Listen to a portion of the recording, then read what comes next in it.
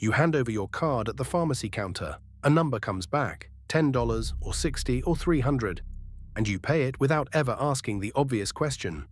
Who decided that number? It wasn't really the pharmacist. It wasn't exactly your insurance company either. It was a company most people have never heard of, that never touches a pill, but sits in the middle of the vast majority of insured prescriptions in America, helping shape what's covered, what you pay, and what the pharmacy gets. It's called a Pharmacy Benefit Manager, a PBM. And once you see what it does, your drug prices stop looking random. So what is it? A PBM is the company a health plan or employer hires to run the drug half of your insurance. When your claim flashes through at the counter, that's the PBM system deciding your copay in real time. Behind that, it does four big things. It negotiates rebates and discounts from drug manufacturers. It builds the formulary, the list of which drugs your plan covers and on what tier. It decides which pharmacies are in your network, and it processes the claims. Plans outsource this because no single employer can bargain against global drug makers or run a national pharmacy network. That's the real useful job. The fight is over everything that happens next. So let's answer it like an operator. What is a PBM, and why does this middleman sit between you and the price of your pills? The honest version has two halves. A PBM does negotiate real discounts that lower costs, and it also profits from the very gap between a drug's sticker price and its real price in ways that can push that sticker higher. One note before we start, this is how the drug payment system works, not medical or financial advice. Let's follow the money. Start with how concentrated this is. 3 companies, CVS Caremark, Express Scripts, and Optum Rx, process about 80% of all prescriptions in the country. The top 6 handle about 95%.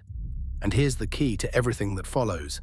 Each of those 3 is now owned by one of the largest healthcare companies in America, sitting right next to an insurer and a chain of pharmacies. One measure note that 80% counts prescriptions processed. Measured by who they negotiate rebates for, their combined share is lower, closer to 60. Either way, a handful of firms touch almost every pill. To see how a PBM actually makes its money, you have to know one strange fact about drug pricing. Almost every brand-name drug has 2 completely different prices. There's the list price, the sticker the manufacturer sets, which looks enormous. And there's the net price, what the manufacturer actually keeps after paying rebates and discounts back down the chain. For brand-name drugs, that net price is often only about half of the list on average. The biggest single piece of that gap is the rebate, the discount the PBM negotiates, though other discounts sit in there too. The drug maker pays that rebate to win a good spot on the formulary. Now the honest nuance, because this is where the myth lives. On big Medicare and large employer contracts, most of those rebate dollars are actually passed through to the plan. So the controversy isn't really that PBMs pocket every rebate, it's what chasing a bigger rebate does to the sticker price you personally get billed against. The money moves through 4 main levers, and most live in gaps you never see. First, rebates and fees from drug makers. But here's the nuance. Most rebate dollars pass through to the plan, so the PBM's own cut comes more from the fees it keeps than from the rebates themselves. Second, spread pricing, billing your plan more than it pays the pharmacy and keeping the difference. That one's since been curbed in Medicaid and many contracts, but it was very real. Third, in Medicare, concessions clawed back from pharmacies after the sale. Money that largely flowed into plan-level economics, not straight into PBM profit, but that squeezed pharmacies hard. And fourth, steering you to its own mail order and specialty pharmacies, where a growing share of the margin now sits. Let's put real numbers on 2 of them. Take spread pricing. In 2018, when Ohio opened the books on its Medicaid drug program, it found its PBMs had billed the state $224.8 million more than they paid the pharmacies in a single year. Overall, an almost 9% markup, but on generic drugs, over 31%. Same pills, 2 prices, and the PBM kept the gap. This is 1 state, 1 year. And Ohio was alarmed enough to overhaul its model afterward. That's the real lesson. The gap became visible and fixable only because an auditor went looking.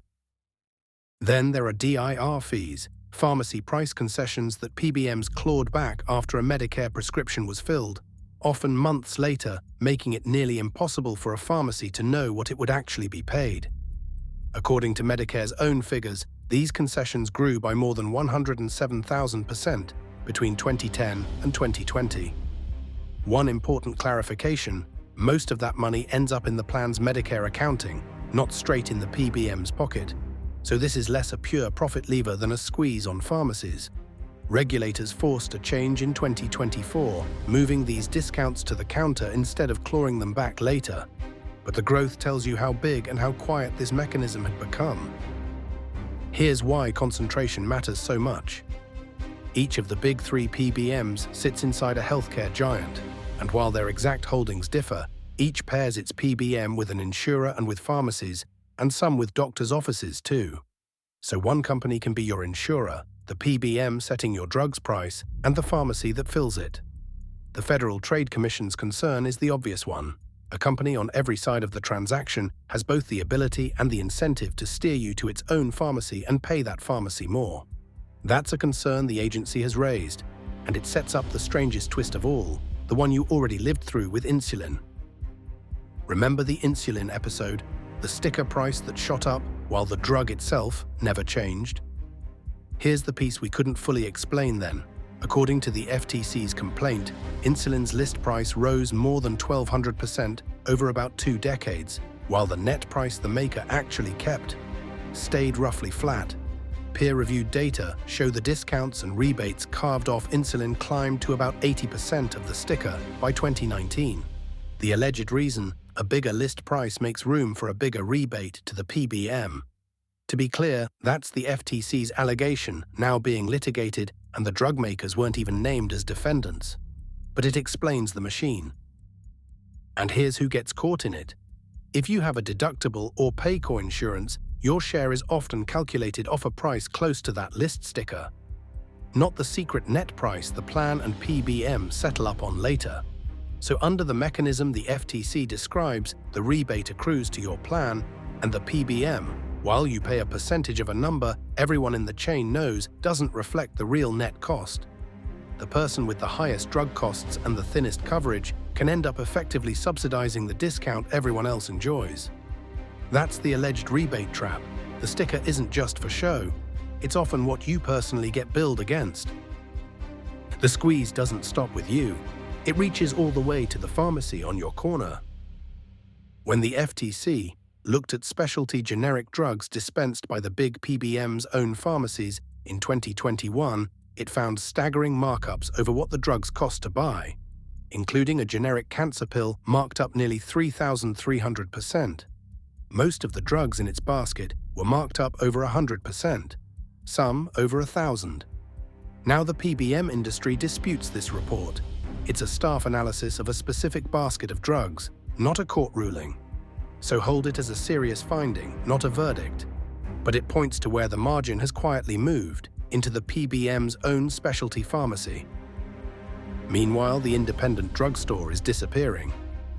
A peer-reviewed study found that nearly 1 in 3 retail pharmacies open in 2010 had closed by 2021, with independents more than twice as likely to close as the big chains, and the closures hitting Black and Latino neighborhoods hardest.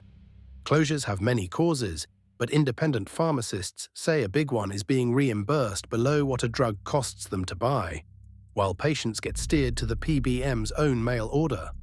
When the same company sets your reimbursement and owns your competitor, pharmacists argue the deck is stacked.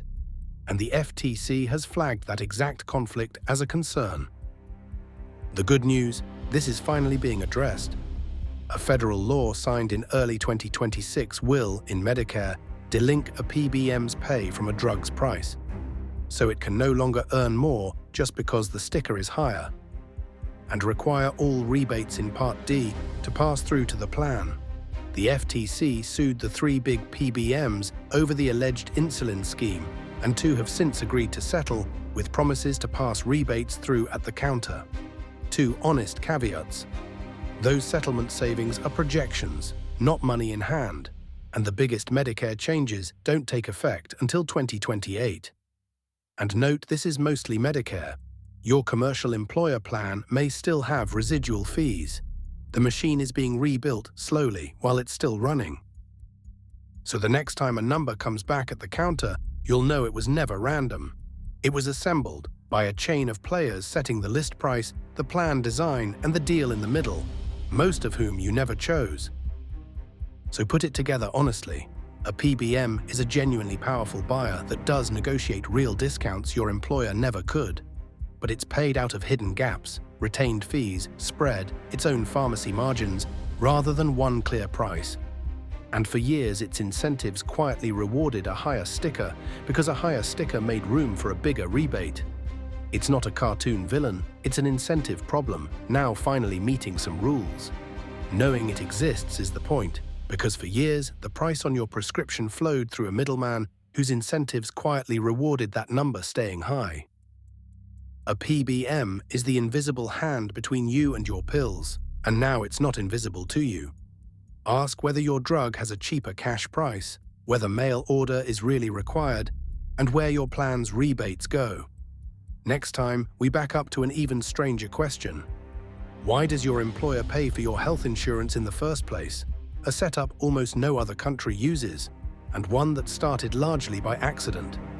For more on how the system actually works, visit shanewelter.com. I'll see you in the next one.